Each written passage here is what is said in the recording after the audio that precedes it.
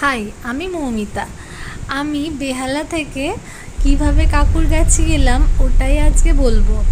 আর প্রথমে আমি বেহালাতে একটা উবের কার বুক করেছিলাম, দেখতেই পাচ্ছ। আর আমরা তিনজনা গিয়েছিলাম, বর্ষা, আমি আর পলিদি। তো বর্ষা প্রথমে আমার জন্য ওয়েট করছিল চৌরাস্তাতে, ওই উবেরটা বুক করেছিল।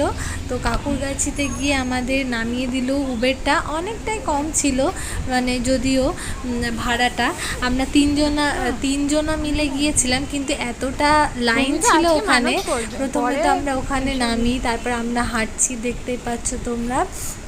তো ওখানে আশেপাশে যারা ছিল তাদেরকে জিজ্ঞেস করে আমরা যাই। তারপরে দেখি যে প্রথমে লাইনটা কাট লেগে গেছিলো সামনের থেকে। তো সেইটা আমরা দেখে ভেবেছিলাম অনেকটাই কম আছে। আমরা 7:15-তে ওখানে পৌঁছেছিলাম, তাতেই এত ভিড় হয়ে গেছিলো ওখানে। আমরা প্রায় 1000 জনের পিছনে আমরা ছিলাম, টাইম পাস হচ্ছিল না।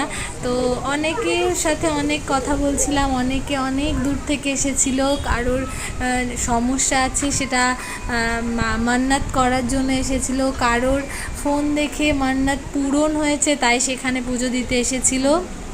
আমরা তো গেছিলাম তিনজনা মিলে, ফার্স্ট টাইম গেছিলাম। তো আমাদের ফার্স্ট এক্সপিরিয়েন্স অনেক ভালোই ছিল যখন আমরা পুজো দিলাম। তারপর আমরা ওখান থেকে বেরিয়ে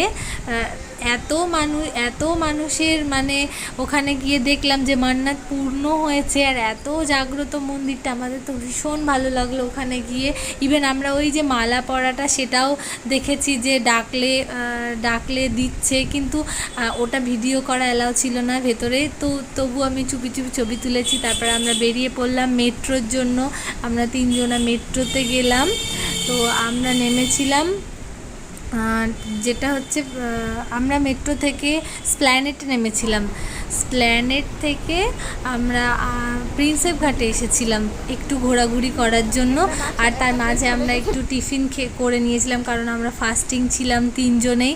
আর প্রিন্সেপ ঘাটে সেদিন ওয়েদারটা খুব ভালো ছিল, তো অনেক ভালো পিক উঠছিল, ছবি উঠছিল। তো আমরা সেখানে একটু ঘুরে ঘুরে ছবি তুলছিলাম আর মজা করছিলাম। তারপর কিছু কেনাকাটা ছিল আমাদের দুজনের, আমি আর বর্ষা স্পেশালি গেছিলাম। তো এইটুকুই মজা করার পর দুজনে মিলে প্রিন্সেপ ঘাটে অনেক ঘোরাঘুরি করে, একটু খাওয়া দাওয়া করে, বাজার করে, মানে শপিং করেছিলাম আমরা অনেক কিছু গ্রসারি আইটেম।